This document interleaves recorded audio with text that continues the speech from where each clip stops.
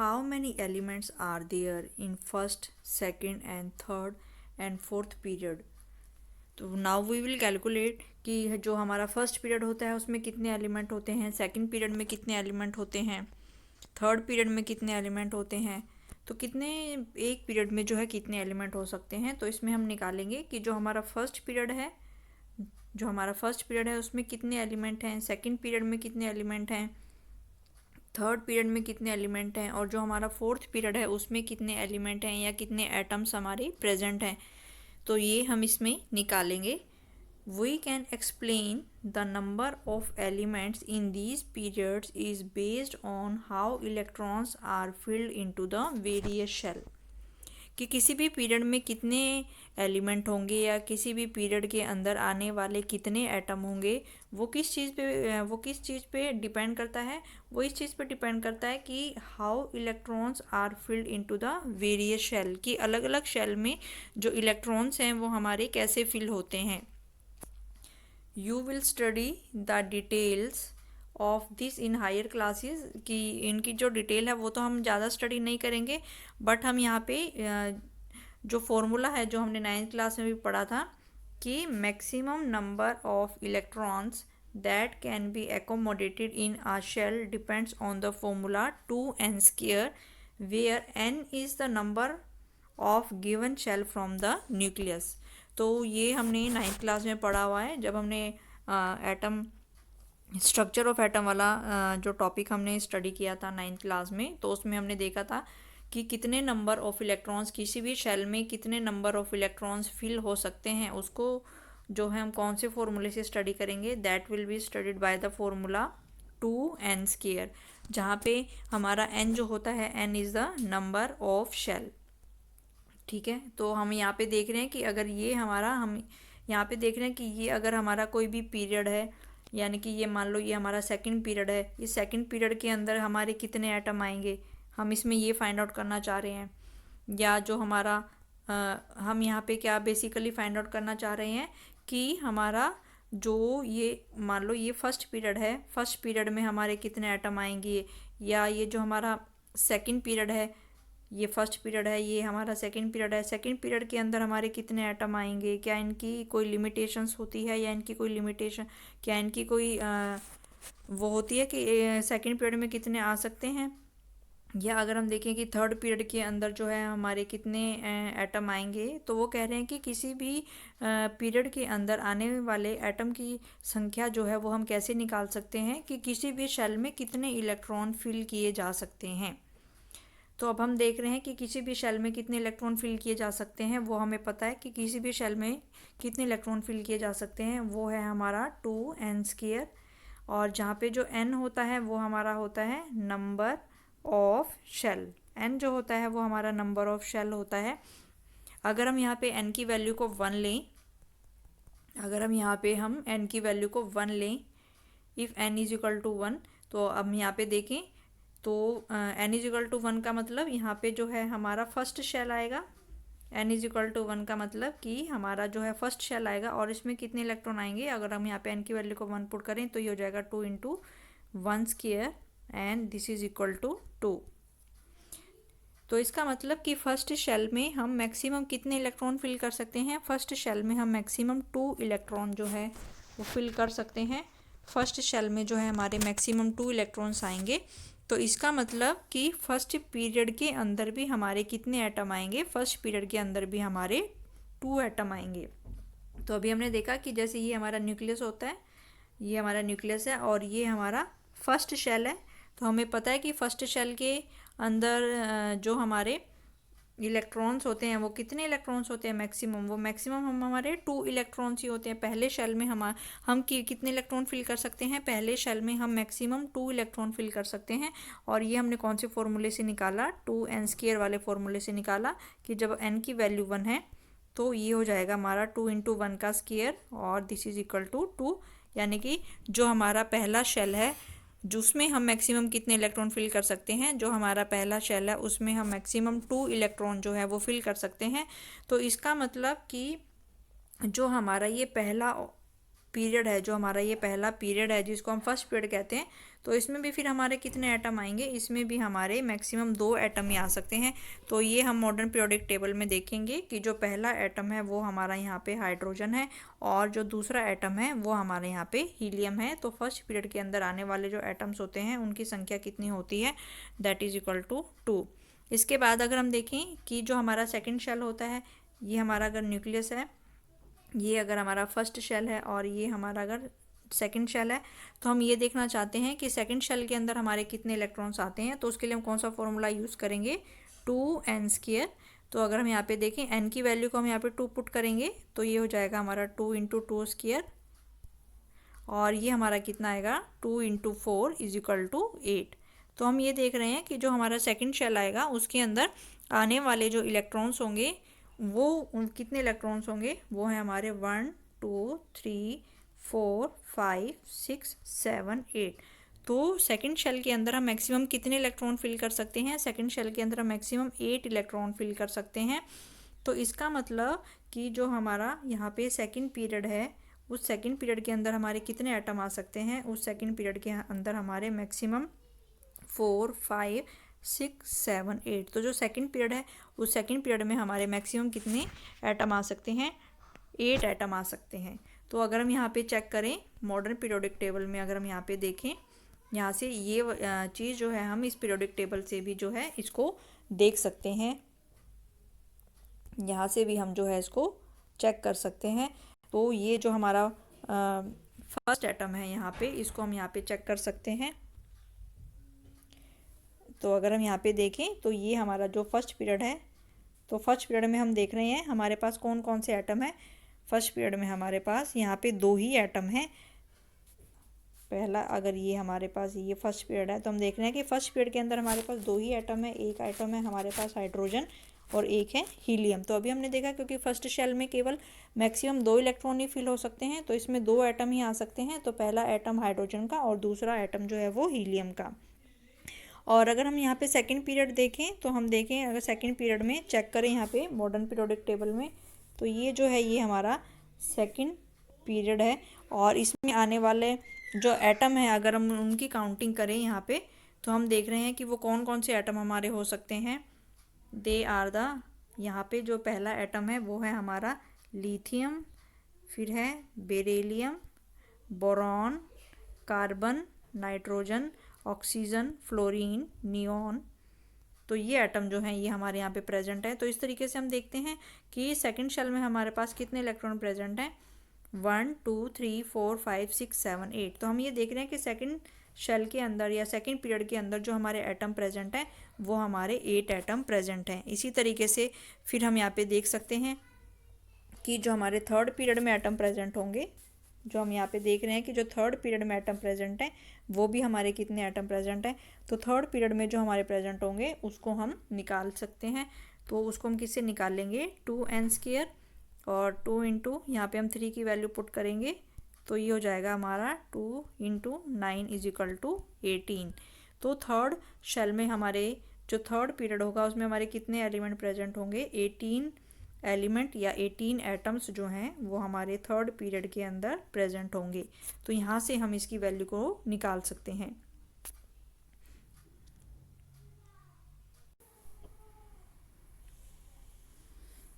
The position of an element in the periodic table tells us about its chemical reactivity.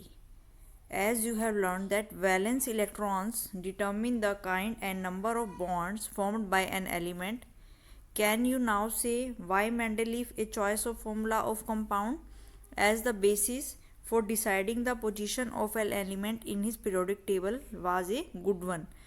तो यहाँ पे हमें बताया गया है कि पीरियोडिक टेबल में अगर किसी भी एलिमेंट की जो पोजीशन है उसकी पोजीशन से हम क्या फाइंड आउट कर सकते हैं। पीरियोडिक टेबल में कोई भी जो एलिमेंट है वो लेफ़्ट साइड में है, राइट साइड में है, मिडल में है, अप है, डाउन है, तो उस एलिमेंट की जो पोजीशन है उससे हम क्या फाइंड आउट कर सकते हैं, उस एलिमेंट की केमिकल रिएक्टिविटी का हमें पता चल सकता है। अगर वो एटम लेफ़्ट साइड में होगा तो इसका मतलब वो अच्छा मेटल है, अगर वो राइट साइड में उसकी पोजीशन होगी तो वो नॉन मेटल होगा, अगर वो मीडियम में होगा तो वो मेटलॉइड्स भी हो सकता है। अप एंड डाउन, जो कुछ अप वाले एटम्स की केमिकल रिएक्टिविटी कम हो सकती है, डाउन वालों की जो है वो ज़्यादा हो सकती है। तो यहाँ से फिर किसी भी पीरियोडिक टेबल में जो भी, तो मॉडर्न पीरियोडिक टेबल में किसी भी एलिमेंट की पोजीशंस जो होती है वो हमें उसकी केमिकल रिएक्टिविटी के बारे में बताती है। और हमें पता है कि जो केमिकल रिएक्टिविटी होती है वो किस चीज़ से डिसाइड होती है, किसी भी एटम के जो आउटर मोस्ट शेल के इलेक्ट्रॉन्स होते हैं जिन्हें हम वैलेंस इलेक्ट्रॉन्स कहते हैं, वही वैलेंस इलेक्ट्रॉन्स डिटर्मिन करते हैं कि कौन सा बॉन्ड जो है वो बनेगा। हमने देखा था कि चैप्टर नंबर 4 में कार्बन एंड इट्स कंपाउंड में कि कुछ बॉन्ड जो होते हैं वो कोवेलेंट बॉन्ड होते हैं जो कि इलेक्ट्रॉन की शेयरिंग से बनते हैं, उसमें शेयरिंग ऑफ इलेक्ट्रॉन्स होते हैं। और कुछ बॉन्ड जो होते हैं वो आपके आयोनिक बॉन्ड होते हैं जो कि इलेक्ट्रॉन के ट्रांसफ़र की वजह से बनते हैं, वहाँ पे इलेक्ट्रॉन का ट्रांसफ़र होता है। तो इस तरीके से दो तरीके के बॉन्ड बनते हैं। कुछ कंपाउंड जो हैं वो कोवेलेंट बॉन्ड बनाते हैं और कुछ कंपाउंड जो हैं वो आयोनिक बॉन्ड बनाते हैं। आयोनिक में इलेक्ट्रॉन का ट्रांसफ़र होता है, इलेक्ट्रॉन एक्सचेंज होते हैं, और कोवेलेंट बॉन्ड में इलेक्ट्रॉन की शेयरिंग होती है। तो कौन सा एटम कौन सा बॉन्ड बनाएगा या कौन सा एटम कौन सा बॉन्ड बनाएगा, इसे हम क्या कहते हैं, उसकी केमिकल रिएक्टिविटी कहते हैं। और केमिकल रिएक्टिविटी जो है वो किस चीज़ से डिसाइड होती है, कौन सा एटम जो बनेगा, सिंगल बॉन्ड बनेगा, डबल बॉन्ड बनेगा, कोवेलेंट बॉन्ड बनेगा या आयनिक बॉन्ड बनेगा, वो डिपेंड करता है कि एटम के वैलेंस इलेक्ट्रॉन्स कितने हैं। वैलेंस इलेक्ट्रॉन का मतलब उसके सबसे बाहर वाले कोश में, यानी कि ये अगर हमारा न्यूक्लियस है, ये अगर हमारा फर्स्ट शेल है, ये अगर हमारा सेकंड शेल है, तो सबसे बाहर वाला जो शेल होता है, जो हमारा आउटर मोस्ट शेल होता है, इसे ही हम क्या कहते हैं, इसी में जो इलेक्ट्रॉन हमारे प्रेजेंट होते हैं, सबसे बाहर वाले शेल में जो हमारे इलेक्ट्रॉन प्रेजेंट होते हैं उसे ही हम क्या कहते हैं, आउटर मोस्ट इलेक्ट्रॉन या valence electron. Outermost shell में ये जो हमारे इलेक्ट्रॉन प्रेजेंट होते हैं इन्हें ही हम क्या कहते हैं, वैलेंस इलेक्ट्रॉन। और इन्हीं इलेक्ट्रॉन की वजह से किसी भी एटम की जो होती है वो केमिकल रिएक्टिविटी को हम यहाँ पे बता सकते हैं। नेक्स्ट इसमें फिर जो डिस्कस किया गया है that is the trends in modern periodic table, कि मॉडर्न पीरियोडिक टेबल में कैसे जो है, तो सबसे पहला ट्रेंड जो हम इसमें देखेंगे वो है वैलेंसी का। तो इसमें हम देखेंगे कि कैसे वैलेंसी जो है, अगर हम ग्रुप में यहाँ पे अप टू डाउन जा रहे हैं तो कैसे जो है वो वैलेंसी चेंज होती है। और अगर हम किसी ग्रुप में पीरियड में लेफ़्ट से राइट जा रहे हैं, लेफ़्ट से राइट की तरफ जा रहे हैं, तो कैसे जो है वो वैलेंसी हमारी चेंज होती है, तो वो हम इसमें देखेंगे trends in modern periodic table. तो सबसे पहले यहाँ पे हम डिस्कस करेंगे that is the valency. As you know, valency of an element is determined by the number of valence electron present in the outermost shell of atom। किसी भी atom के आउटर मोस्ट शेल में जो electrons present होते हैं उसे ही हम क्या कहते हैं, उसकी वैलेंसी कहते हैं। ये हम 9th क्लास में पढ़ के आ चुके हैं। जैसे कि मान लो हमारे पास यहाँ पे सोडियम है, सोडियम में जो होते हैं हमारे 11 इलेक्ट्रॉन्स होते हैं। इसका मतलब जो फर्स्ट शेल है उसमें 2 इलेक्ट्रॉन्स आएंगे, सेकंड शेल में जो है वो 8 इलेक्ट्रॉन्स आएंगे, और लास्ट वाले शेल में जो है वो 1 इलेक्ट्रॉन आएंगे। तो अगर हम यहाँ पे इसकी स्ट्रक्चर बनाएं, तो ये अगर हमारा न्यूक्लियस है तो यहाँ पे हमें कितने शेल बनाने पड़ेंगे, 3 शेल यहाँ पे बनाने पड़ेंगे। ये अगर न्यूक्लियस है तो ये पहला शेल, ये दूसरा शेल और ये थर्ड शेल हमारा है। और अगर हम इसमें इलेक्ट्रॉन्स बनाएं यहाँ पे, तो पहले शेल में हमें 2 इलेक्ट्रॉन्स बनाने हैं, तो ये पहला शेल है, तो पहले शेल में हमारे यहाँ पे 2 इलेक्ट्रॉन्स प्रेजेंट है। फिर दूसरा शेल है जिसमें 8 इलेक्ट्रॉन्स प्रेजेंट है, तो ये जो दूसरा शेल है इसमें हमें यहाँ पे 8 इलेक्ट्रॉन्स बनाने हैं, 4 5 6 7 8। तो सेकंड वाले शेल में 8 इलेक्ट्रॉन्स हैं, और लास्ट वाले में जो है कितने इलेक्ट्रॉन है, ओनली 1 इलेक्ट्रॉन। तो सोडियम का जो थर्ड शेल है इसमें 1 ही इलेक्ट्रॉन है और ये है 1। तो जो बाहर वाला शेल है, तो आउटर मोस्ट शेल कौन सा होगा, ये जो सबसे बाहर वाला शेल है इसे हम क्या कहते हैं, आउटर मोस्ट शेल। और इस आउटर मोस्ट शेल में जितने इलेक्ट्रॉन प्रेजेंट हैं वही उसके वैलेंस इलेक्ट्रॉन्स होते हैं। तो इस आउटर मोस्ट शेल में, यानी कि जो सबसे बाहर वाला शेल है, थर्ड नंबर वाला शेल, उसमें कितने इलेक्ट्रॉन प्रेजेंट हैं, उसमें ओनली 1 इलेक्ट्रॉन प्रेजेंट है। तो हम यहाँ पे देख रहे हैं कि सोडियम के जो वैलेंस इलेक्ट्रॉन्स होते हैं आउटर मोस्ट शेल में कितने हैं, वो 1। तो जो आउटर मोस्ट शेल है उसमें कितने इलेक्ट्रॉन प्रेजेंट होते हैं, उसी से ही वैलेंसी जो है वो हमारी डिसाइड होती है। ठीक है, तो यहाँ पे फिर बताया गया है किसी भी एटम की जो वैलेंसी होती है वो किस चीज़ से डिसाइड होती है, कि उसके आउटर मोस्ट शेल में कितने इलेक्ट्रॉन्स प्रेजेंट हैं। अगर आउटर मोस्ट शेल में यानी कि सबसे बाहर वाले शेल में 1 इलेक्ट्रॉन प्रेजेंट है तो उसकी जो वैलेंसी होगी वो 1 होगी। अगर आउटर मोस्ट शेल में 2 इलेक्ट्रॉन है तो उसकी वैलेंसी 2 होगी। अगर आउटर मोस्ट शेल में 3 इलेक्ट्रॉन्स हैं तो उसकी जो वैलेंसी होगी वो 3 होगी। तो यहाँ पे फिर हमें एक एक्टिविटी गिवन है, how do you calculate the valency of an element from its electronic configuration. किसी भी एलिमेंट की इलेक्ट्रॉनिक कॉन्फ़िगरेशन से हम उसकी वैलेंसी को कैसे फाइंड आउट कर सकते हैं। सेकंड क्वेश्चन फिर यहाँ पे हमें दिया गया है, सेकंड क्वेश्चन जो हमें यहाँ पे दिया गया है that is the what is the valency of magnesium with the atomic number 12 and valency of sulphur with the atomic number 16। तो सबसे पहले हम फर्स्ट क्वेश्चन यहाँ पे देखते हैं, how do you calculate the valency of an element from its electronic configuration. तो electronic configuration से हम उसके आउटर मोस्ट शेल के जो इलेक्ट्रॉन होते हैं वही किसके बराबर होता है, उसकी वैलेंसी के बराबर होता है। वही किसके बराबर होता है, उसकी वैलेंसी के बराबर होता है। जैसे कि इलेक्ट्रॉनिक कॉन्फ़िगरेशन अगर हमने लिख दी, मान लो हमने यहाँ पे इसके लिए हमने यहाँ पे लिख दी नियॉन के लिए।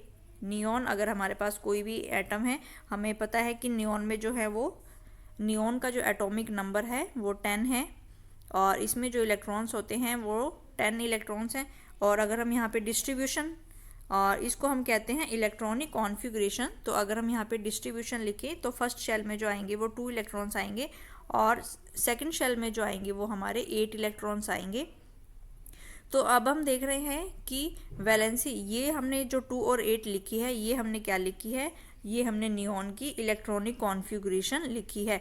तो इलेक्ट्रॉनिक कॉन्फ़िगरेशन देख के हम आसानी से पता लगा सकते हैं, यहाँ पे इसको देख के हम आसानी से पता लगा सकते हैं कि जो इसका बाहर वाला शेल है उसमें कितने इलेक्ट्रॉन्स प्रेजेंट हैं, बाहर वाले शेल में, आउटर मोस्ट वाले शेल में कितने वैलेंस इलेक्ट्रॉन प्रेजेंट हैं, 8 वैलेंस इलेक्ट्रॉन्स प्रेजेंट है। क्योंकि ये कम्प्लीटली फिल्ड है, इसको ना तो इलेक्ट्रॉन चाहिए ना ही इलेक्ट्रॉन, क्योंकि इसको अपना आउटर मोस्ट शेल कंप्लीट करने के लिए आउटर मोस्ट शेल में कितने इलेक्ट्रॉन होने चाहिए, 8 इलेक्ट्रॉन्स यहाँ पे होने चाहिए और 8 इलेक्ट्रॉन इसके पास है। तो जो नियॉन का एटम है ना तो अपना इलेक्ट्रॉन देगा और ना ही अपना इलेक्ट्रॉन लेगा। तो जो इसकी वैलेंसी है वो कितनी हो जाएगी, इसकी वैलेंसी जो है वो कितनी हो जाएगी, 0। नियॉन की जो वैलेंसी है वो कितनी हो जाएगी, 0, क्योंकि इसका ये जो बाहर वाला कोश है ये हमारा कम्प्लीटली फिल्ड है। ये जो बाहर वाला कोश है, ये वाला कोश, इसमें 8 इलेक्ट्रॉन प्रेजेंट होने चाहिए और 8 इलेक्ट्रॉन ही इसमें प्रेजेंट हैं। तो जो इसकी वैलेंसी होगी वो कितनी होगी, 0। तो यहाँ से हम किसी भी इलेक्ट्रॉनिक कॉन्फ़िगरेशन से किसी भी एटम की जो वैलेंसी है वो हम आसानी से लिख सकते हैं। इलेक्ट्रॉनिक डिस्ट्रीब्यूशन से हम उसके आउटर मोस्ट शेल के जो इलेक्ट्रॉन्स हैं उनको ईजिली देख सकते हैं और उससे जो उसकी वैलेंसी है उसको हम आसानी से कैलकुलेट कर सकते हैं।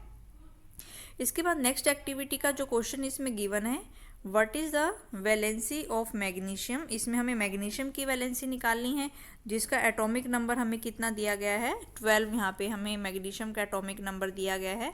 तो मैग्नीशियम का जो सिंबल होता है वो होता है हमारा Mg और इसमें जो है हमें 12, इसका जो एटॉमिक नंबर है वो हमें 12 दिया गया है। तो अगर हम यहाँ पे इसका इलेक्ट्रॉनिक कॉन्फ़िगरेशन लिखेंगे तो फर्स्ट शेल में जो आएंगे वो हमारे 2 इलेक्ट्रॉन्स आएंगे, सेकंड शेल में जो आएंगे वो हमारे 8 इलेक्ट्रॉन्स आएंगे और बाकी जो हमारे 2 इलेक्ट्रॉन्स हैं वो हमारे किस में आएंगे, आउटर मोस्ट शेल में। तो बचा हुआ जो हमारा आउटर मोस्ट शेल है, फिर हम देखेंगे कि आउटर मोस्ट शेल कौन सा है, ये फर्स्ट शेल हो गया, ये सेकंड शेल हो गया और ये हमारा थर्ड शेल हो गया।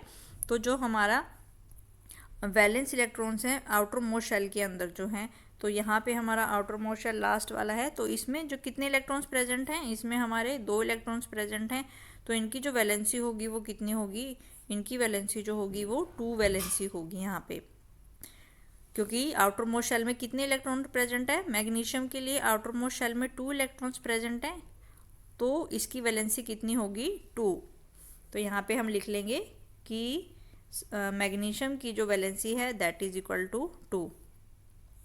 नेक्स्ट इसमें फिर हमें दिया गया है what is the valency of sulphur. तो हमें यहाँ पे सल्फ़र की वैलेंसी निकालनी है और हमें सल्फ़र का जो एटॉमिक नंबर है वो पता है कितना होता है। Atomic number of sulphur is 16। तो यहाँ पे हमें निकालनी है एटॉमिक नंबर सल्फ़र का जो हमें 16 दिया गया है और उसकी वैलेंसी जो है वो हमें फाइंड आउट करनी है यहाँ पे। तो सल्फ़र का जो सिंबल होता है वो कैपिटल S होता है। इसमें जो हमारे एटॉमिक नंबर हमें गिवन है 16, इट मीन्स इसमें 16 इलेक्ट्रॉन्स प्रेजेंट है। अगर हम इसका इलेक्ट्रॉनिक कॉन्फ़िगरेशन लिखें तो फर्स्ट शेल में जो आएंगे वो 2 इलेक्ट्रॉन्स आएंगे, सेकेंड शेल में जो आएंगे वो 8 इलेक्ट्रॉन्स आएंगे और लास्ट वाले में जो आएंगे वो हमारे 6 आएंगे। तो टोटल जो हो गए वो 16 इलेक्ट्रॉन्स हो गए। तो अब हम देख रहे हैं कि इसकी जो आउटर मोस्ट शेल में ये वाला जो है ये हमारा आउटर मोस्ट शेल है, ये जो है ये हमारा आउटर मोस्ट शेल है। तो इसमें कितने इलेक्ट्रॉन्स प्रेजेंट हैं? इसमें 6 इलेक्ट्रॉन प्रेजेंट हैं। और इसको कितने इलेक्ट्रॉन चाहिए? आउटर मोस्ट शेल में कितने इलेक्ट्रॉन होने चाहिए? आउटर मोस्ट शेल में 8 इलेक्ट्रॉन जो हैं इसमें होने चाहिए। तो इसका मतलब इसके पास कितने इलेक्ट्रॉन की कमी है? इसके पास 2 इलेक्ट्रॉन की कमी है। तो सल्फ़र की जो वैलेंसी होगी वो भी कितनी होगी? सल्फ़र की जो वैलेंसी होगी वो भी हमारी 2 होगी। Valency of sulphur is 2। तो हम यहाँ पे लिख लेंगे कि जो सल्फ़र की वैलेंसी है, सल्फ़र की जो वैलेंसी है वो हमारे पास क्या हो जाएगी? 2।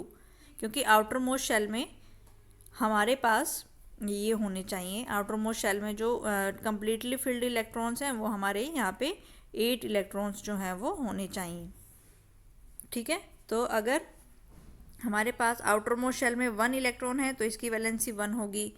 अगर आउटर मोस्ट शेल में 2 इलेक्ट्रॉन है तो इसकी वैलेंसी 2 होगी। आउटर मोस्ट शेल में 3 इलेक्ट्रॉन है तो इसकी वैलेंसी 3 होगी। आउटर मोस्ट शेल में अगर 4 इलेक्ट्रॉन है तो इसकी वैलेंसी जो है वो कितनी होगी? 4 होगी। लेकिन अगर आउटर मोस्ट शेल में हमारे पास 5 इलेक्ट्रॉन है तो इसकी वैलेंसी हम कैसे निकालते हैं? 8 माइनस 5 इज इक्वल टू 3। तो जो इसकी वैलेंसी है वो 3 होगी। और आउटर मोस्ट शेल में अगर 6 एटम है तो इसकी वैलेंसी हम कैसे निकालेंगे? 8 माइनस 6 इज इक्वल टू 2। तो इसकी जो वैलेंसी होगी वो 2 होगी। अगर आउटर मोस्ट शेल में 7 इलेक्ट्रॉन है तो इसकी वैलेंसी जो होगी 8 माइनस 7 इज इक्वल टू 1। तो इसकी वैलेंसी जो होगी वो 1 होगी। और अगर आउटर मोस्ट शेल में हमारे पास 8 इलेक्ट्रॉन प्रेजेंट है तो इसकी वैलेंसी जो होगी 8 माइनस 8 इज इक्वल टू 0। तो इसकी जो वैलेंसी होगी वो 0 होगी। तो इस तरीके से हम किसी भी एटम की वैलेंसी को फाइंड आउट कर सकते हैं। तो अगर हमें ये ध्यान रखना है, अगर आउटर मोस्ट शेल में इलेक्ट्रॉन 4 तक प्रेजेंट हैं तो जितने वैलेंस इलेक्ट्रॉन प्रेजेंट हैं उतनी ही उनकी वैलेंसी होगी। और अगर आउटर मोस्ट शेल में 4 से ज़्यादा इलेक्ट्रॉन प्रेजेंट हैं तो उनको हम कैसे कैलकुलेट करेंगे? 8 में से माइनस करके। अगर 5 इलेक्ट्रॉन है तो 8 माइनस 5 जो है 3 वैलेंसी होगी। अगर 6 इलेक्ट्रॉन्स हैं तो 2 वैलेंसी होगी। अगर 7 इलेक्ट्रॉन्स हैं तो 1 वैलेंसी होगी। और अगर 8 इलेक्ट्रॉन्स हैं तो 0 वैलेंसी होगी। तो इस तरीके से जो है हम वैलेंसी को फाइंड आउट कर सकते हैं। सिमिलरली फाइंड आउट द, इसी तरीके से आपको जो करनी है वैलेंसी निकालनी है फर्स्ट 20 एलिमेंट्स की। जो 1 से लेके 20 तक के एटम्स होते हैं हमारे, उन सब की वैलेंसी जो है आप अपनी नोटबुक में मुझे निकाल के बताएंगे। फिर आपको बताना है how does valency vary in a period on going from left to right. जैसे ही ये हमारा कोई पीरियड है, यहाँ पे अगर हम लेफ़्ट से राइट की तरफ जा रहे हैं ऐसे, तो लेफ़्ट से राइट की तरफ जाते हुए वैलेंसी जो है वो कैसे चेंज होती है। और नेक्स्ट क्वेश्चन पूछा है how does the valency vary in going down A group. यानी कि अगर हमारे पास ये ग्रुप है और ग्रुप में अगर हम अप से डाउन जा रहे हैं, यहाँ पे अप से डाउन जा रहे हैं यानी कि नीचे की तरफ जा रहे हैं, तो वैलेंसी जो है वो हमारी कैसे चेंज होती है। ठीक है, वैलेंसी जो है वो हमारी कैसे चेंज होती है। तो हमें पता है कि जैसे कि मान लो पीरियड में अगर हम कोई भी एटम ले लें तो पहला मान लो यहाँ पे पहला एटम मान लो यहाँ पे सोडियम है, फिर यहाँ पे मैग्नीशियम है, फिर यहाँ पे एल्यूमिनियम है। ये हमारे पास थर्ड पीरियड के एटम है। ठीक है, ये हमारे पास थर्ड पीरियड के एटम है। तो हम देखते हैं कि जो सोडियम के जो एटॉमिक नंबर है वो 11 है, मैग्नीशियम का जो है वो 12 है और एल्यूमिनियम का जो है वो 13 है।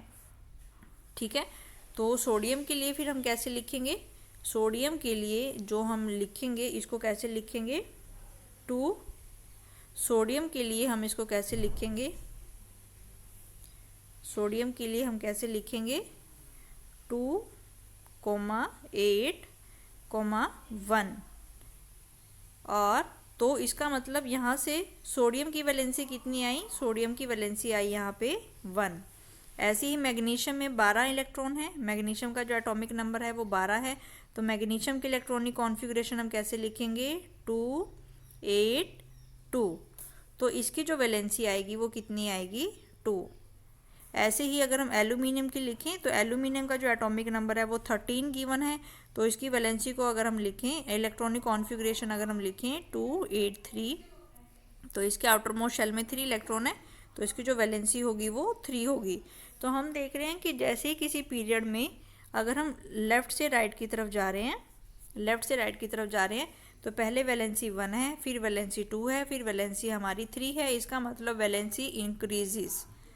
ठीक है, it means valency increases. Valency जो है वो हमारी इंक्रीज होती है in going from left to right in a period. तो अगर हम किसी भी पीरियड में लेफ़्ट से राइट की तरफ जा रहे हैं तो वैलेंसी जो है वो हमारी इंक्रीज होती है। वैलेंसी का मतलब कि आउटर मोस्ट शेल में हमारे कितने इलेक्ट्रॉन्स प्रेजेंट हैं, आउटर मोस्ट शेल में हमारे कितने इलेक्ट्रॉन प्रेजेंट हैं, और उससे हम वैलेंसी को फाइंड आउट कर सकते हैं।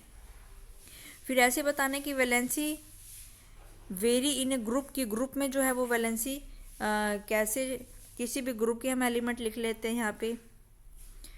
तो यहाँ पे हम लिख लेते हैं किसी भी एटम के, हम यहाँ पे देख लेते हैं जो हमारे पीरियोडिक टेबल है, उस पीरियोडिक टेबल में से हम यहाँ पे कोई भी ग्रुप जो ले लेते हैं और उसके जो हम यहाँ पे लिख लेते हैं।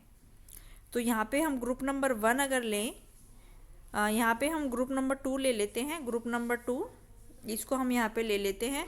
तो इसमें है बेरिलियम और मैग्नीशियम, हम ये 2 एटम यहाँ पे ले लेते हैं, बेरिलियम और मैग्नीशियम।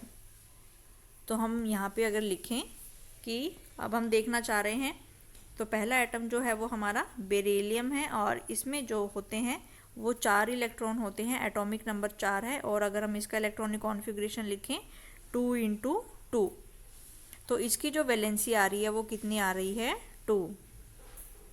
और दूसरा जो एटम है वो है हमारे पास कैल्शियम। अगर हम यहाँ पे देखें कि कैल्शियम है, तो कैल्शियम में जो होते हैं वो हमारे 12 हैं। ठीक है, और इसके लिए फिर हम कैसे लिख सकते हैं? 2, 8, 2। तो हम देख रहे हैं कि इसका आउटर मोस्ट शेल में 2 इलेक्ट्रॉन है और इसकी वैलेंसी भी कितनी है? 2।